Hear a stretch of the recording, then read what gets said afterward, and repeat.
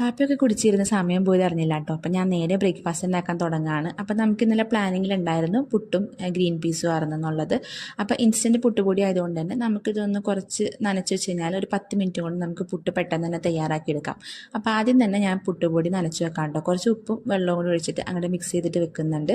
നാട്ടിലത്തെ ആകുമ്പോൾ നമുക്ക് വാട്ടിയിട്ട് പിന്നെ നമുക്കത് മിക്സിയിലേക്ക് ഇട്ടൊന്ന് ക്രഷൊക്കെ ചെയ്തിട്ടെടുക്കണം. ഇതാകുമ്പോൾ നനച്ച് വെച്ച് കഴിഞ്ഞാൽ പിന്നെ റെസ്റ്റ് ചെയ്ത് കഴിഞ്ഞാൽ പിന്നെ നമുക്ക് പുട്ടിനുള്ള പൊടി റെഡി ആകട്ടോ. അപ്പോൾ അതുകൊണ്ട് തന്നെ വേഗം നനച്ച് വെച്ചിട്ട് ഞാനതവിടെ റെസ്റ്റ് ചെയ്യാനായിട്ട് വെക്കുന്നുണ്ട്. പിന്നെ ഗ്രീൻ പീസ് ഞാൻ ഇന്നലെ തന്നെ സോക്ക് ചെയ്യാനായിട്ട് വെച്ചിട്ടുണ്ടായിരുന്നു. അപ്പോൾ ഞാൻ ആദ്യം തന്നെ കുക്കറിൽ എല്ലാ മസാലകളും ചെയ്ത ശേഷമാണ് അതിലേക്ക് ഗ്രീൻ പീസ് ഇടുന്നത്. അതാകുമ്പോൾ ഒറ്റ പാനിൽ തന്നെ നമുക്ക് എല്ലാം കഴിയുമല്ലോ. അല്ലെങ്കിൽ പിന്നെ ഒരുപാട് പാത്രങ്ങളാവും. പിന്നെ കിച്ചണിൽ ഞാൻ വീഡിയോയിൽ എടുക്കുന്ന സമയത്ത് എനിക്ക് അപ്പം കഴുകിയിട്ട് പോകാൻ പറ്റില്ല. അതുകൊണ്ട് തന്നെ കിച്ചൺ മൊത്തത്തിലൊന്ന് ആദ്യം തന്നെ നിരന്ന് കിടക്കുകയായിരിക്കും കേട്ടോ. അതിനുശേഷം എൻ്റെ ബ്രേക്ക്ഫാസ്റ്റിൻ്റെ കാര്യങ്ങളൊക്കെ കഴിഞ്ഞിട്ടാണ് ഞാൻ കിച്ചൺ മൊത്തത്തിലൊന്ന് അറേഞ്ച് ചെയ്ത് വെക്കുന്നത്.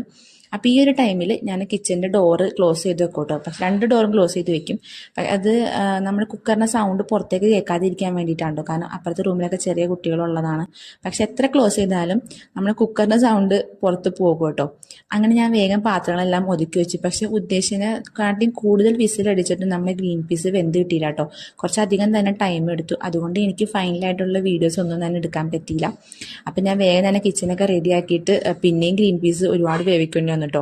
എന്തായാലും ബ്രേക്ക്ഫാസ്റ്റ് റെഡി ആയിട്ടുണ്ട്. ഇനി അടുത്ത